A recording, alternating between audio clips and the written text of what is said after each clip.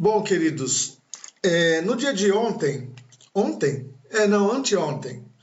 essa semana, então foi na terça-feira, discutindo com um outro tema, num outro grupo, nós falamos sobre o sentido da vida. E foi muito interessante, mais de umas 10 pessoas falaram sobre o sentido da vida, cada uma dentro de um ponto de vista, houve convergência em alguns tópicos, mas de tudo que foi dito lá, eu apreendi algumas coisas, ou seja, eu retive comigo alguns conceitos, os quais eu levei para o entendimento e o trabalho conjunto com o grupo, e outros que eu realmente usei para construir o meu arrazoado. Então, hoje, nós vamos estar falando sobre o sentido da vida, e isto dentro dessa perspectiva, desse exercício do aprendizado que tivemos com um certo grupo e que estamos agora trazendo para a reflexão dos amigos aqui no Estrela, tá bom? A primeira questão que foi levantada, ou pelo menos depois que todos falaram que nós ordenamos de uma certa maneira para construir o nosso pensamento, era a própria palavra sentido. Por quê? Porque algumas pessoas trouxeram a definição, ou pelo menos o conceito, de sentir algo, tá? Então, o sentido da vida seria um determinado sentimento, uma determinada sensação, uma determinada emoção, uma determinada situação que se passaria na vida. Então, esse sentir algo foi interessante de se pensar. Geralmente, quando nós estamos falando um tema como esse, não é por aí que caminhamos. Mas foi interessante ver que existe uma simbologia, tá, por trás da mente de cada um de nós, que filtra e decifra tudo o que nós estamos falando ou lendo. Daí a necessidade de grupos de estudos. Graças a Deus as casas vão voltando a funcionar para que o exercício presencial se faça novamente.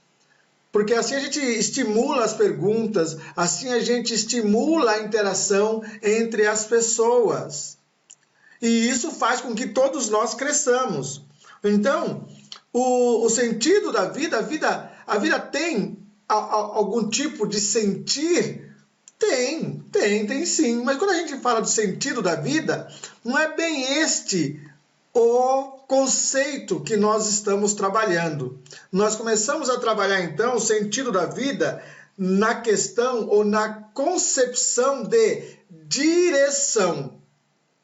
Qual é a direção que a nossa vida deve ter ou deve trabalhar para melhor ter sentido, ou seja, para melhor fazer-se valer, né? Senão vou ficar numa redundância aí no loop, né?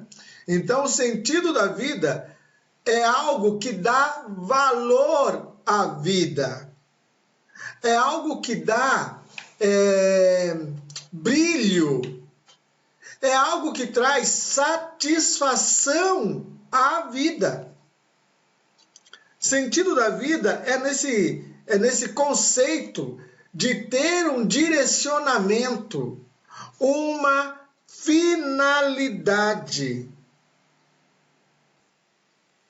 E aí, na continuidade de nosso exercício de pensar, nós temos a seguinte questão também.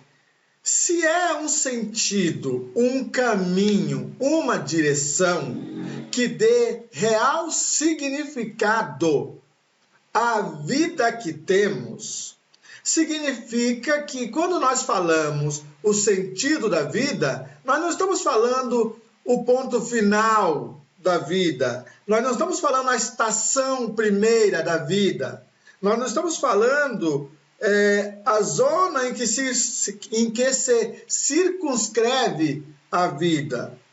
Porque não são essas coisas são um momento de chegada, mas nós estamos buscando o entender que dê melhor significação, que dê melhor valor à nossa busca. Sentido da vida. Uma das coisas também que deve ficar bem claro, porque no momento lá, é engraçado, muitas pessoas também falaram, porque morreu isso, morreu aquilo, tal. Como 2 ou 3 pessoas aventaram falar, uma delas, de que só iria saber do sentido depois da morte, e que a morte é para todos, e aquela coisa toda. Então, como nós temos essa reflexão a ser feita, é preciso ficar claro que estamos falando sobre o sentido da vida e não o sentido da morte, embora a morte do corpo físico represente um dos ciclos da vida verdadeira. Pois na natureza divina, na vontade de Deus e no amor do Criador, só há vida. Só há vida e transformação. Então, o tal da morte ou do passamento, ele é um estágio de transformação, momento de transformação, onde se chama à reflexão a alma, ou melhor dizendo, o Espírito Eterno, criado por Deus, essa centelha divina, sendo chamada à reflexão de que valor que cada um deu enquanto percorria o caminho no estágio carnal, físico. Que valor que nós demos a este sentido, a esta concepção. Que valor foi que demos? Porque isso cabe a qualquer um ou a todos nós. Como diria Paulo de Tarso, a semente pode vir de Deus, mas a folha, o fruto é nosso. Nós é quem apresentamos o fruto devido à nossa interação, devido à nossa ação no viver, dia após dia, ano após ano, vida após vida. Algumas coisas ou algumas situações são nos colocados para dar esse real valor à vida que temos e que vivemos nesse estágio em que estamos. Então foi colocado algumas situações, por exemplo, amor. Muito bom. Realmente somos filhos do amor e somos feitos para amar. Amor. Então, a partir do momento que nós aprendermos a amar, e eu falo aprendermos, talvez olhando mais para mim, porque eu sei que muitos dos que me assistem, me ouvem, já amam, já servem, já têm um valor intrínseco em si mesmo do que é ser vivente, do que é estar com Deus. E eu parabenizo essas pessoas, viu? Parabenizo a todos vocês. E então, assim, amar é uma das expressões, ou a mais sublime expressão do sentido da vida. Também o exercício da percepção. Perceber o que estamos fazendo, como estamos fazendo, para que estamos fazendo. Percepção. Percepção do nosso andar, do nosso caminhar, do nosso proceder, do nosso comportamento na sociedade como um todo, perante o mundo como um todo e perante o nosso próximo, desde o mais próximo no cotidiano até o próximo esporádico que nos vemos de vez em quando. E aí, alguém falou assim, olha, mas tem que ver o que é que nós levamos lá para o outro lado. E cada um começou a falar de valores e tudo mais. E outros disseram, fizeram uma comparação que não é assim a melhor das comparações. Porque alguém falou de riquezas e dinheiro. Realmente ninguém leva riqueza e dinheiro. E muitos dos que têm muita riqueza usaram a riqueza toda para ver se garantiam a saúde e evitavam a morte, no entanto, não evitaram. E aí, algumas pessoas concluíram, porque alguns muito abastados, ricos ou milionários, não conseguiram evitar a morte com o dinheiro que tinham, que não valia a pena, então, o dinheiro. E não é assim. Isso não é verdade. Isso não é verdade. Até porque o exemplo que foi dado, a pessoa de quem falaram, teve os melhores tratamentos que esse planeta poderia oferecer. Justamente porque tinha um potencial enorme de riqueza material, o qual poderia e pôde bancar esta ação ou esta corrida pela vida que ele estava fazendo. Isso é verdade. Então, qualquer um de nós que tiver dinheiro e riquezas em abundância, que faça com que isto sirva a alguém, a si mesmo e aos que estão ao seu redor e outros mais que venham a colaborar com a pessoa. Porque a energia dinheiro não é má. Pode não ser boa, mas também não é má. Ela tende a ter o potencial de quem a domina, de quem a toca. E, dependendo do potencial e do esclarecimento e da sabedoria de quem lhe alcança, ela pode ser o seu servo, como pode também ser o seu senhor. Daí a importância de vigiar muito. Mas não há essa correlação de que não levamos nada, então o dinheiro não adianta de nada. Adianta e adianta muito. Adianta para o bem-estar, adianta para proteger, adianta para promover a saúde nos 4 cantos deste planeta Terra. E então, falando sobre essa questão do que leva, nós lembramos de Paulo de Tarso. Paulo de Tarso fala que nada trouxemos para este mundo e certo é que nada iremos levar dele, exceto o amor que damos. Exceto o amor que damos. Nós até falamos que não adianta muito querer achar que vai para o reino de Deus porque foi muito amado nesse planeta.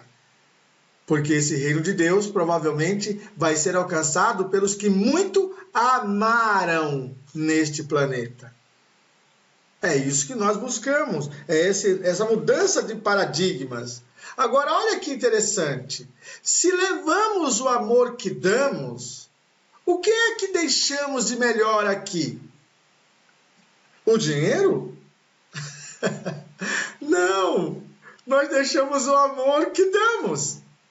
De modo que o que damos aqui é o que levamos de sublime, de soberano, de espiritual, que é o amor. O amor que damos é o mesmo que levamos, e isso nos faz bem. Isso nos faz bem. Por isso, Cristo insistiu em renovar o saber da humanidade. Não tema, crê somente. Deus é um Deus de amor. Deus é amor.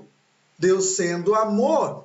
Ame a Deus, porque o amor vem dele, retorna de nós para ele.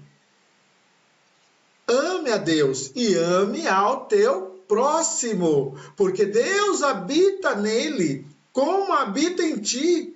Nós e o Pai somos um. Que lindo! Que lindo! E é óbvio, amai a si mesmo, porque todo amor e cuidado e zelo que tenho para com o meu templo também favorece o meu centro, ou a minha essência divina, Deus em mim. Então, começou uma dissertação sobre o que era transitório e também o que é permanente. E aí, novamente, nós lembramos Jesus lá no Sermão do Monte. Não vos preocupeis com essas coisas, não fiqueis angustiados pelo que é transitório, pelo que pertence ao mundo. Não perca ou não perca isso, não perca os melhores momentos de valorizar a sua vida, buscando coisas que são transitórias. Porém, Jesus não quis dizer que essas coisas não são importantes. Ele veio com a sublime máxima, dizendo que buscai primeiro o reino de Deus, a sua glória, as coisas e os valores divinos. E todas essas outras coisas, que outras coisas? O comer, o vestir, o ter, o prosperar materialmente, todas essas coisas serão acrescentadas. É mais ou menos Jesus dizendo o seguinte para nós: Deus é Senhor de tudo. E você, como filho, é o herdeiro. Pode pedir que Ele lhe dará permissão de alcançar. E aí você busca, e aí você bate a porta, e aí você faz acontecer. Porque agora você tem permissão para alcançar todas essas coisas, mas de acordo com aquilo que ele disse antes. Buscai o reino de Deus, buscai as coisas eternas, esses valores que a traça não rói e o ladrão não rouba. Valores de mente, valores de alma. Eu, você, nós. Isso tudo para dizer que o sentido da vida não está nas coisas transitórias, mas que todas as coisas e energias e fenômenos aqui dessa nossa materialidade servem para uma mente desperta, servem para alavancar, trazer à tona o significado ideal de vida, de amor, de prosperidade, de luz, de real valor. Basta saber usar. Então nós estamos vendo que no decorrer lá da conversação, o sentido da vida, que já estava agora sendo trabalhado por nós como a direção que vai nos levar a um alvo, tem todo um trabalho de significação. E este significado é interessante. Aí nós temos uma base para podermos estar aprendendo.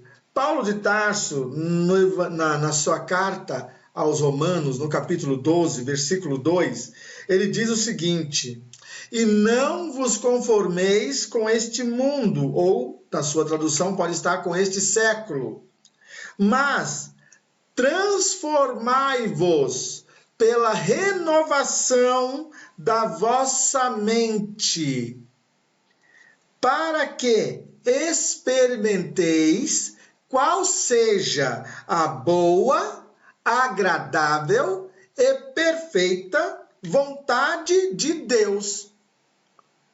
Dá para entender? Paulo de Tarso está falando o seguinte: olha, não vos conformeis com essas coisas que estão por aí pelo mundo afora. Seja a atitude e o comportamento de algumas pessoas que ainda vivem na ignorância, seja bens materiais que às vezes atingem a mente das pessoas de tal maneira que elas se perdem ao invés de se encontrarem.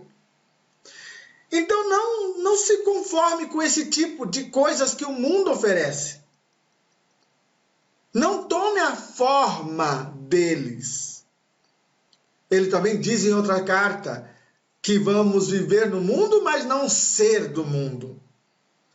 Então nós estamos aprendendo essas coisas. Agora, para quê? Ele diz que isso de não me conformar vai exigir um novo conhecimento. Vai exigir que eu haja, que eu atue, que eu trabalhe dentro de um novo manual, um novo conhecimento. Esse novo manual, esse novo conhecimento vai permitir que eu e você experimentemos qual seja a boa, agradável e perfeita vontade de Deus, o Criador, que nós já caracterizamos ou nós já cremos que é um Deus de amor. Sendo que nós vamos ver a boa, agradável e perfeita vontade de Deus, é a boa, agradável e perfeita vontade do amor em nossa vida, que vai nos ajudar a trazer à tona, revelar em nós o significado deste caminhar, desta direção, ou do alvo ao qual pretendemos alcançar. E aí, algumas pessoas estavam falando o seguinte, mas por que passar por isso? Por que passar por aquilo? Já foi tanto sofrimento, e os entes queridos que já se foram, deixaram tanta dor, por que isso, por que aquilo? Ou seja, começamos uma conversação de porquê, porém, graças a Deus, num determinado momento, nós começamos a trabalhar um entendimento melhor. Ao invés de ficarmos perguntando a Deus, ao universo, à inteligência suprema, por que isto, por que aquilo outro, por que comigo, por quê? Comecemos a trabalhar o para quê. Eu estou aqui e há uma situação que me envolve. Nenhuma situação me envolve sem ter uma causa. Como Deus é justo, infinitamente justo, eu não posso estar vivendo uma situação adversa apenas e tão somente pela causa do outro.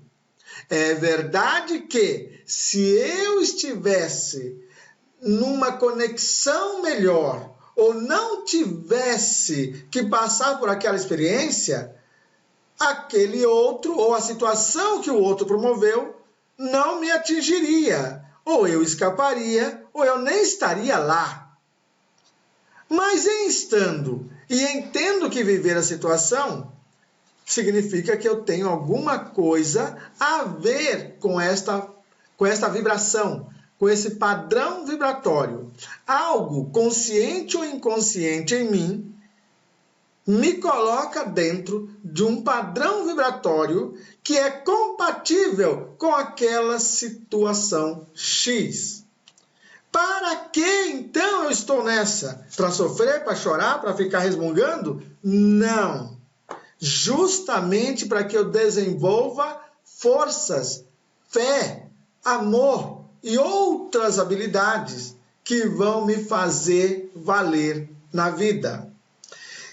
Voltando, como Paulo de Tarso disse, não vos conformeis com essas coisas todas aí, mas transformai-vos pela renovação do vosso entendimento, ou da vossa mente, ou do vosso pensamento, para que podeis sentir, não é? Viver, experimentar qual seja a boa, agradável e perfeita vontade de Deus. Significa que nós precisamos de um novo manual de entendimento. E ele também dá uma dica para nós, lá na carta aos Filipenses, no capítulo 4, quando ele diz, finalmente, irmãos, tudo que é verdadeiro, tudo que é respeitável, tudo que é justo, tudo que é puro, tudo que é amável, tudo que é de boa fama, seja, se tivesse alguma virtude, há. E se algum louvor existe, seja isso que ocupe o vosso pensamento. Ou seja, renovar o pensamento existente vai exigir de nós um novo padrão de pensamento. Porque não dá para deixar a cabeça oca, vazia, sem nada. Sempre vai ter algo ocupando. Paulo está pedindo para que nós deliberadamente pensemos em coisas amáveis, boas, puras, verdadeiras, de boa fama, de boa índole. Que haja louvor, para que isso vá preenchendo e empurrando, tirando. Aí agora nós vamos associar ao dizer anterior, né? Tirando o que estava lá para renovar, para transformar o meu, o seu, o nosso comportamento. É preciso então ter fé? Obviamente que sim. Sim, é preciso ter fé. Fé nessa inteligência maior, porque somos já sabedores de que não somos o suprassumo do universo. Deve haver essa inteligência maior. Então nós sabemos que há algo maior do que nós, que governa, estabelece o padrão. Ok.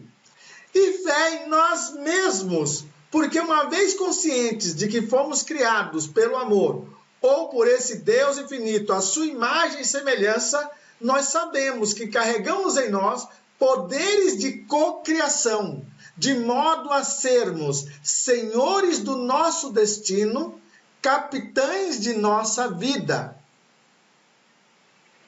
Repita para você mesmo isto.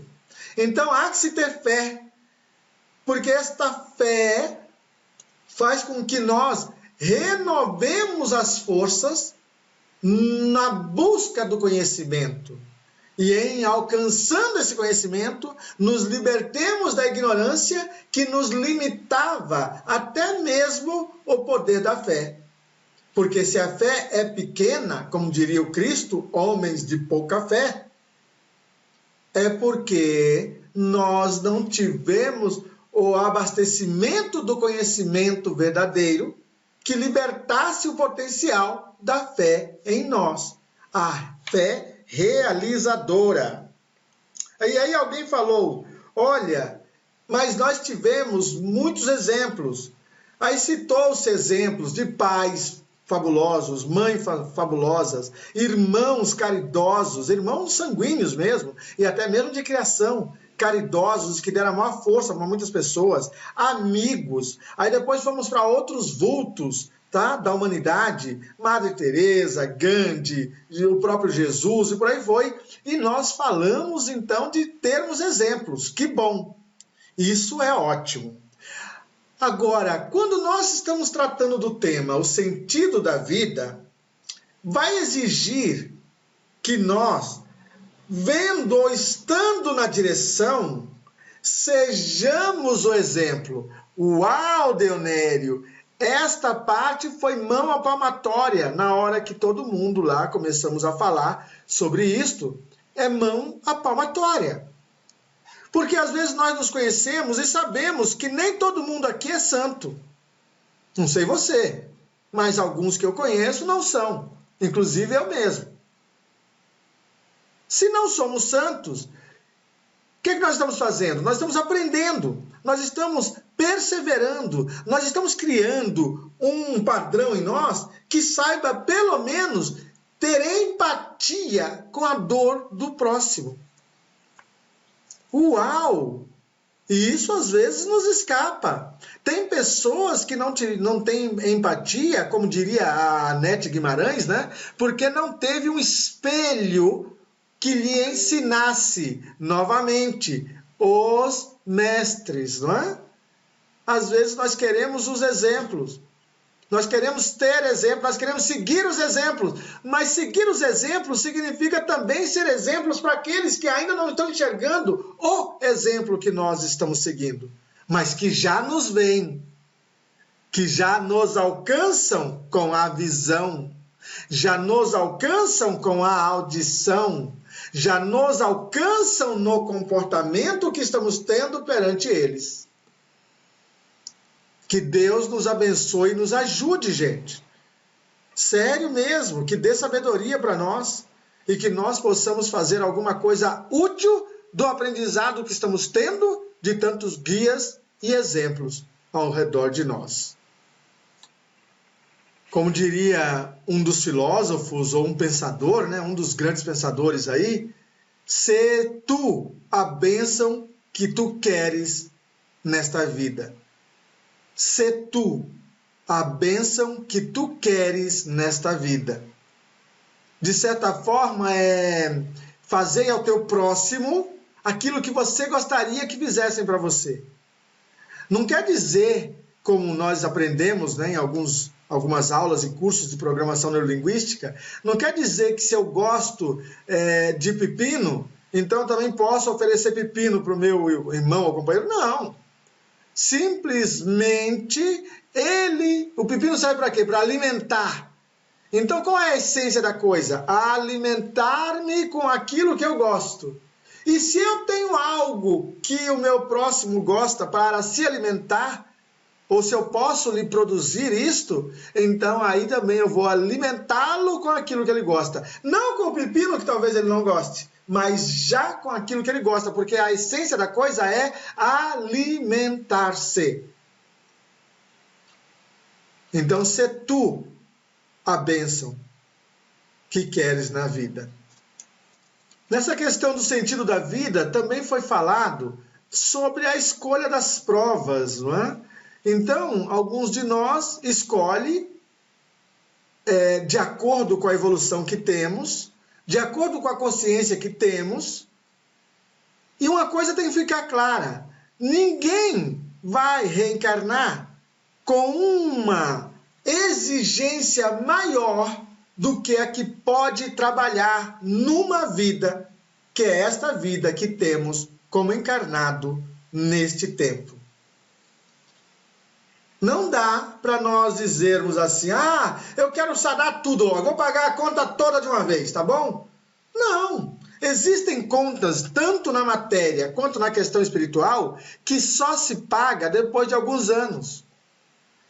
Tem muitas pessoas que pagam à vista, mas tem gente que paga depois de alguns anos. E mesmo aqueles que pagam à vista, tem situações em que eles são chamados a avaliar melhor o que estão fazendo, porque o fato de querer pagar à vista não significa que está com total discernimento para absorver a lição do momento.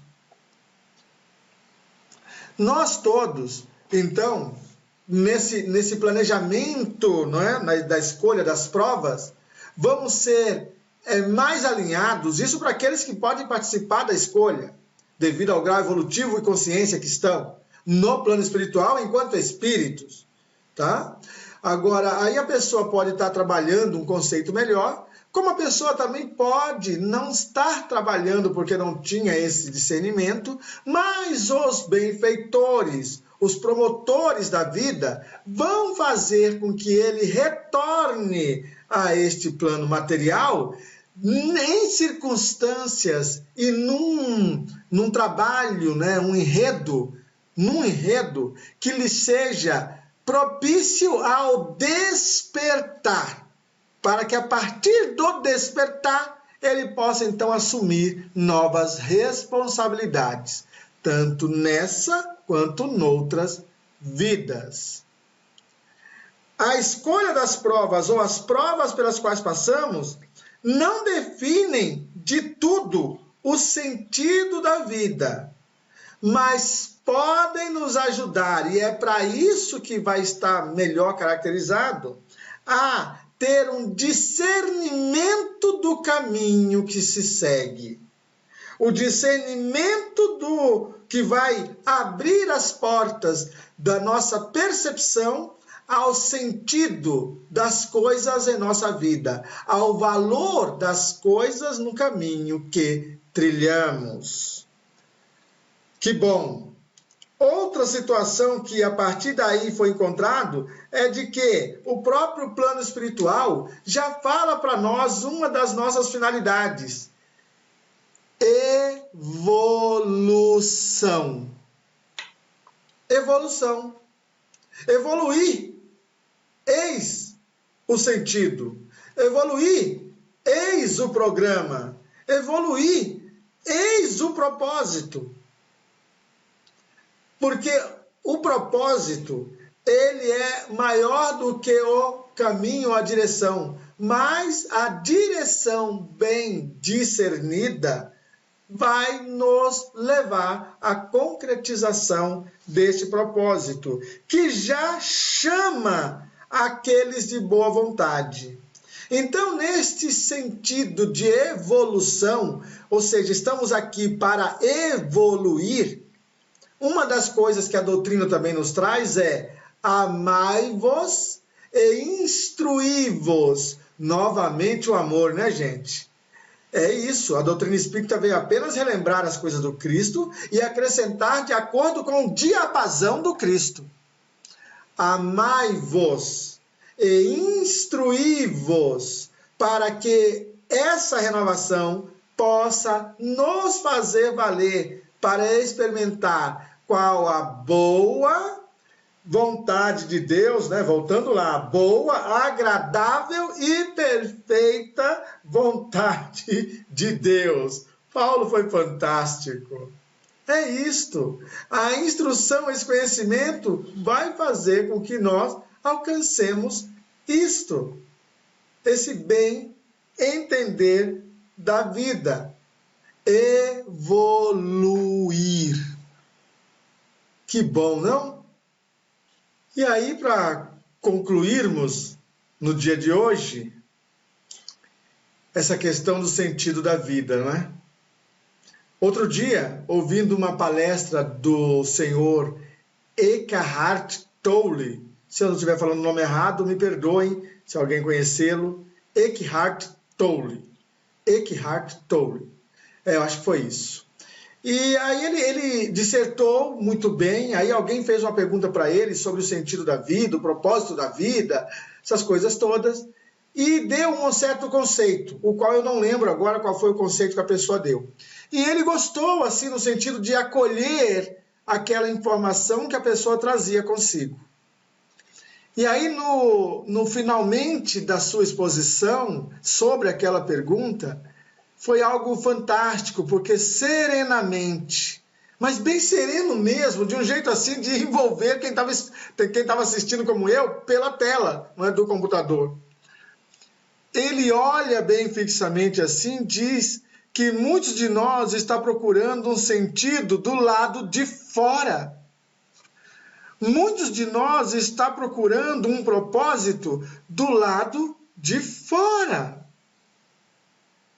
Nós queremos deixar na responsabilidade de uma inteligência superior a responsabilidade do propósito, das consequências ou dos fatos em nossas vidas. E aí ele diz, tão amorosamente olhando para nós: você é o sentido.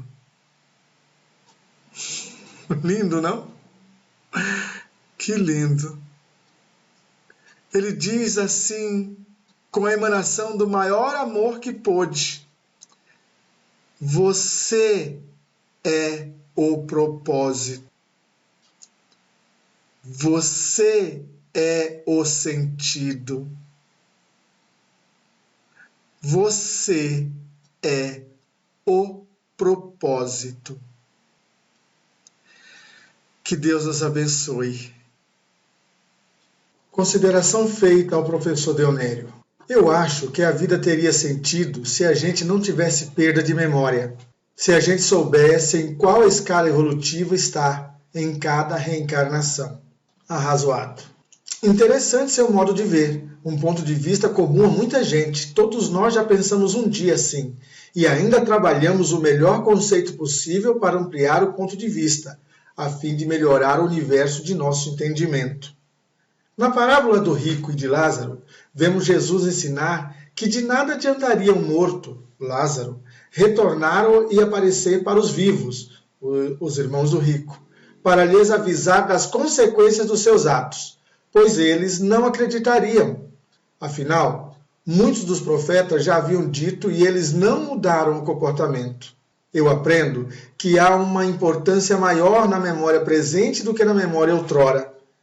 Aprendo que, percebendo ao meu redor, eu posso ter as diretrizes que me dirão se eu estou gerando mais concórdia ou mais discórdia, mais compaixão ou mais desprezo, mais amor ou mais rancor. Todas essas comparações me permitirão fazer uma autoanálise, a qual me revelará em que patamar eu estou na escala, considerando apenas o que meus olhos alcançam, o que meus ouvidos escutam, o que minhas mãos tocam, o que meu olfato e paladar conseguem saborear. Todos estes sentidos trabalham para a evolução da alma, seu aprendizado, estando ou não conscientes do passado ou do porvir. Simplesmente trabalham de uma maneira que não conseguem negar a partir do nível exato onde se encontram moralmente, sem medo de serem rebaixados, pois não há regresso moral, mas com toda a esperança de avançarem, pois o progresso é uma lei universal, e que acontece de acordo com a consciência, vontade e amor de cada um de nós. Escrever isto que sei é um decreto e tanto, porque expõe o meu desacato e a minha total dependência da graça de Deus. Espero pelo menos ter ajudado em seu exercício de pensar conosco.